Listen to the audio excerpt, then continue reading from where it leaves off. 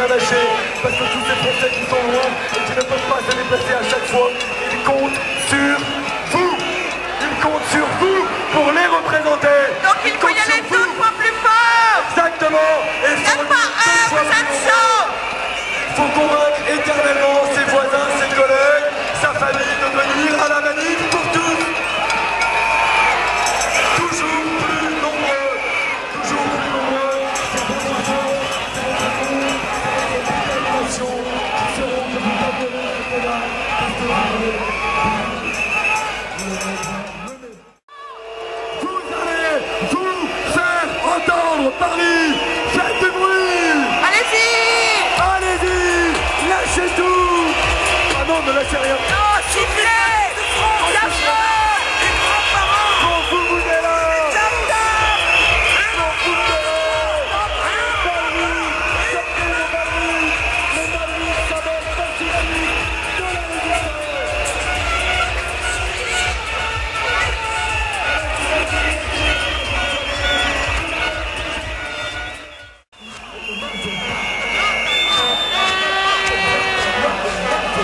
Reçois ta loi, on n'en veut pas. Reçois ta loi, on n'en veut pas. Reçois ta loi, on n'en veut pas. Hollande, ta loi, on n'en veut pas. Hollande, ta loi, on n'en veut pas. Hollande, ta loi, on n'en veut pas. Hollande, ta loi, on n'en veut pas.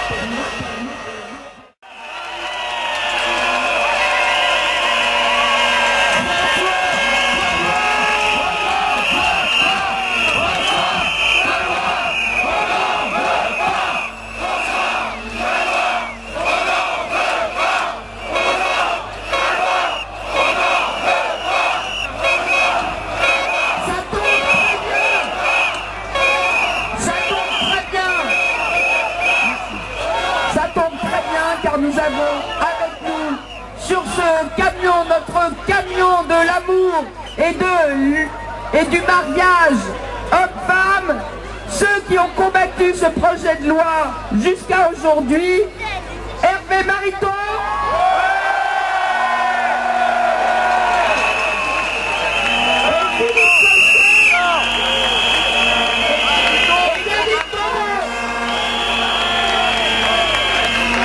ils sortent d'avoir déposé le recours au Conseil constitutionnel et ils vont nous en parler.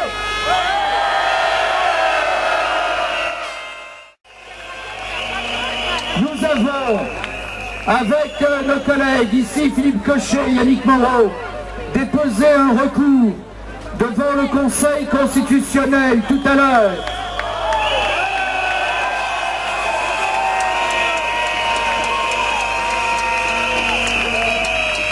Dans ce recours, nous disons que le mariage est un principe fondamental de la République.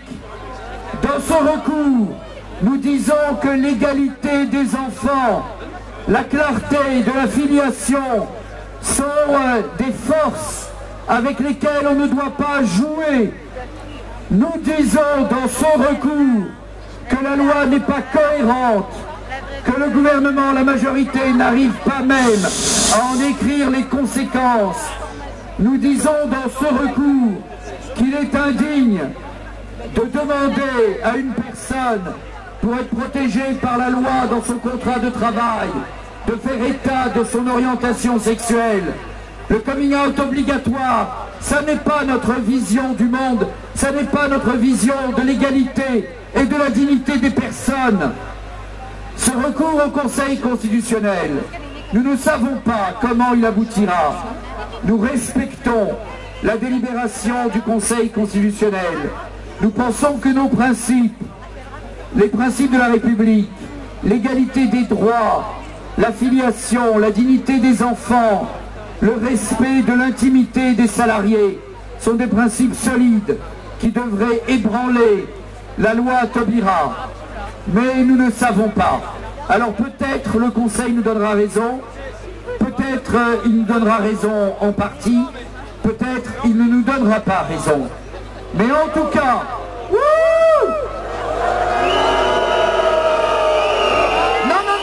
on laisse les salles délibérer, dans le calme et sans pression.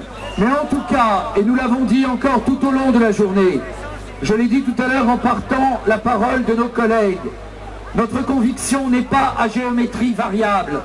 Notre conviction n'est pas à durée déterminée. Nous sommes intensément convaincus de la valeur de la famille. Nous l'étions hier, nous le sommes aujourd'hui et nous le serons demain.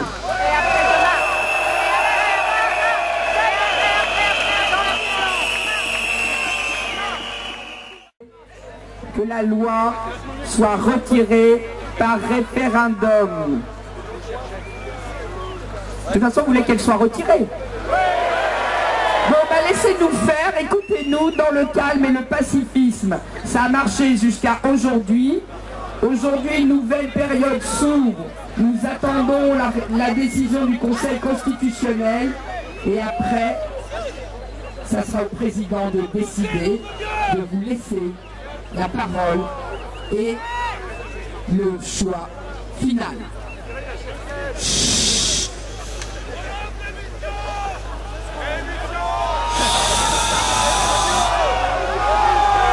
Une minute.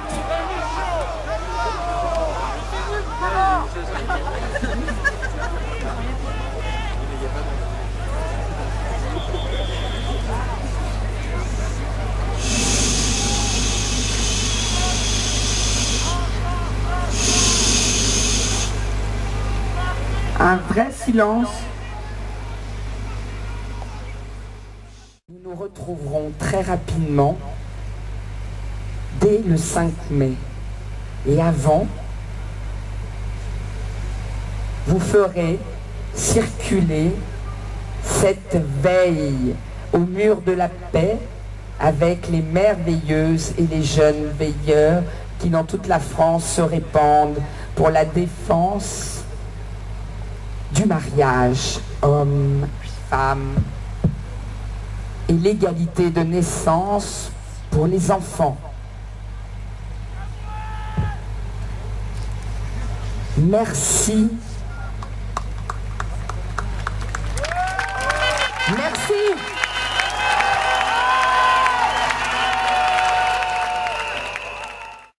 Chers amis, tous ensemble, nous allons maintenant entonner l'hymne national.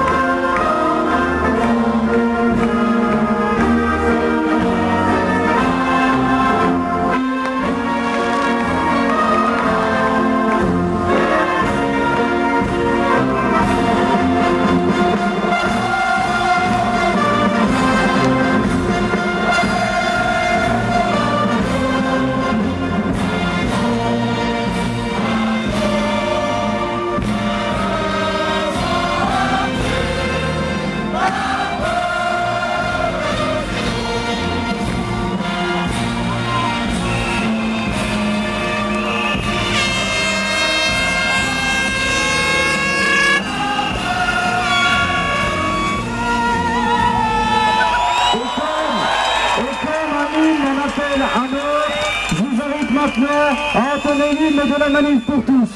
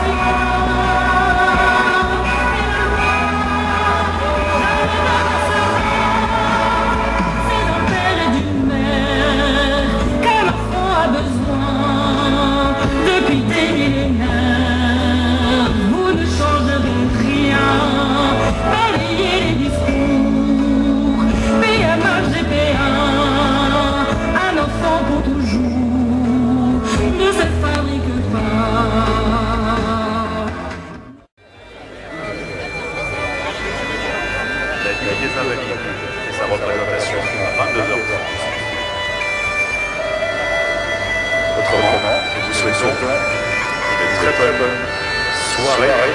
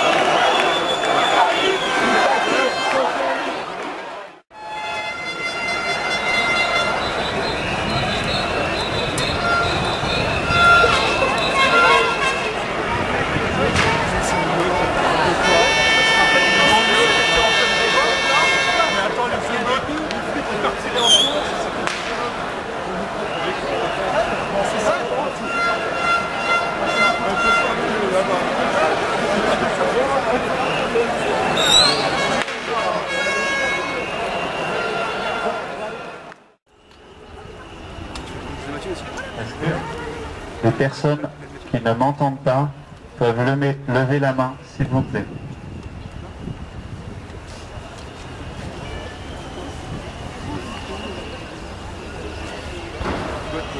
D'accord, on va essayer de trouver une solution.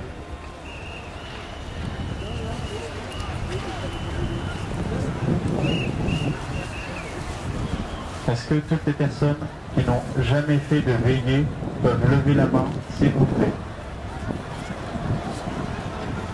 Maintenant, celles qui ont déjà fait une veillée. D'accord, je dirais que c'est à peu près la moitié. Donc ce soir, il va y avoir un phénomène de contagion entre ceux qui ont déjà compris que ce moyen était le seul par lequel tout pouvait être gagné. Ils vont contaminer ceux qui en doutent encore. C'est en tout cas mon souhait et mon but. Donc on va expliquer petit à petit ce qui se passe, mais ce qui se passe pas par ce que je dis, mais par l'œuvre entière de cette soirée. Je commence par vous présenter Alix. Bonsoir.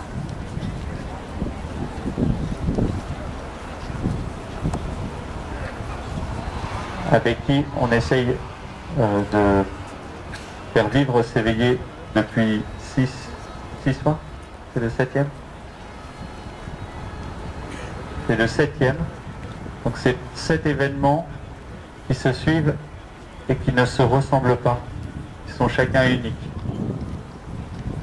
Et ce soir particulièrement, pour différentes raisons qu'on pourra développer plus tard. Le but étant que je puisse m'effacer devant les artistes, derrière les artistes, derrière les écrivains, derrière les poètes qui nous révèlent quelque chose de nous-mêmes. Donc, tout de suite, on va commencer par une lettre qui a été écrite par un résistant et qui va être lue par Madeleine, qui va se présenter. Avant, je vous aimais plutôt par routine. Mais maintenant, je comprends tout ce que vous avez fait pour moi. Et je crois être arrivé à l'amour filial véritable, au vrai amour filial. Peut-être après la guerre, un camarade vous parlera-t-il de moi, de cet amour que je lui ai communiqué. J'espère qu'il ne faillira pas à cette mission sacrée. Remercier toutes les personnes qui se sont intéressées à moi, et particulièrement nos plus proches parents et amis. Dites-leur ma confiance en la France éternelle. Embrassez très fort mes grands-parents, mes oncles, tantes et cousins, Henriette. Je salue aussi en tombant mes camarades de lycée. Je meurs pour ma patrie. Je veux une France libre et des Français heureux. Non pas une France orgueilleuse, première nation du monde, mais une France travailleuse, laborieuse et honnête. Que les Français soient heureux, voilà l'essentiel. Dans la vie, il faut savoir cueillir le bonheur. Pour moi, ne vous faites pas de soucis. Je garde mon courage et ma belle humeur jusqu'au bout. Et je chanterai sombre et meuse, parce que c'est toi, ma chère petite Marie, qui me l'a apprise. Avec Pierre, soyez sévères et tendres. Vérifiez son travail et forcez-le à travailler. N'admettez pas de négligence. Il doit se montrer digne de moi. Sur 3 enfants, il en reste un. Il doit réussir. La force d'éveiller leur donne leur sens. Puisque chaque personne ici est déterminante, il en suffit une. Celui qui sauvera la France et l'homme, et peut-être un seul homme assis sur notre pelouse, maison et poésie. Maintenant, passer l'intervenant suivant, qui va jouer de la musique.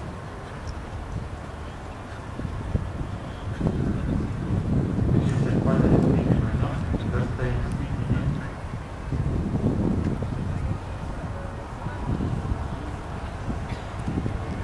la beauté sauvera le monde. Donc on essaye de faire quelque chose de beau. On n'a pas moins d'ambition que celle de sauver le monde. Que nos gouvernants désespèrent de pouvoir améliorer.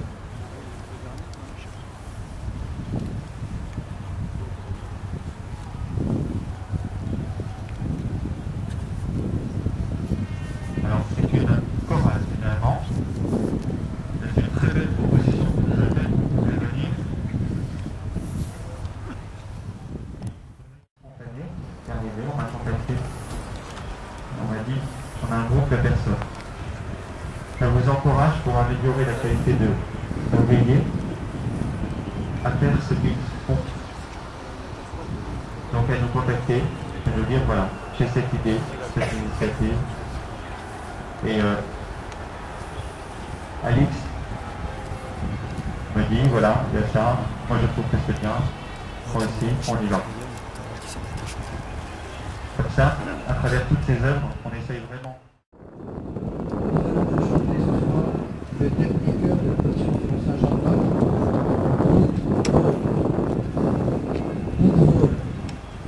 Reposez en paix et assurez-moi le repos.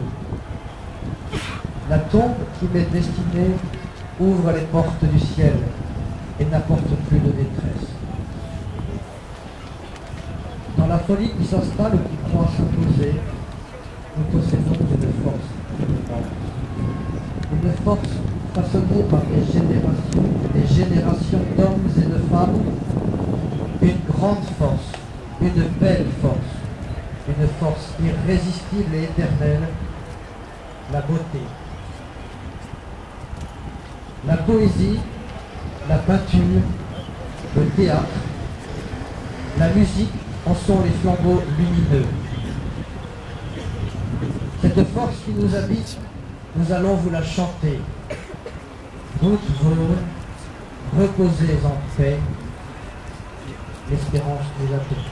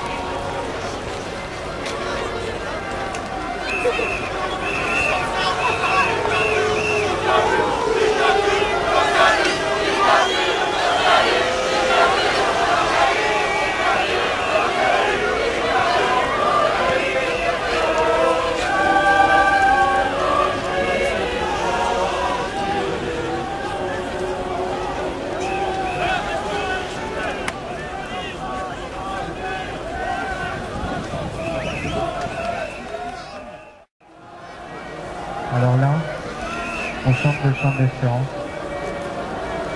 C'est un hymne qui est né spontanément lors de la deuxième veillée, lorsque les CRS nous arrachaient un à un, les uns aux autres.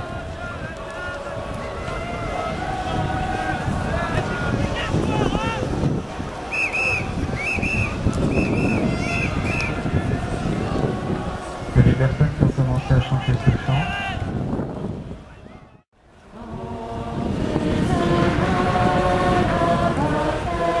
Excuse-moi, je te laisse écouter. Je te laisse écouter.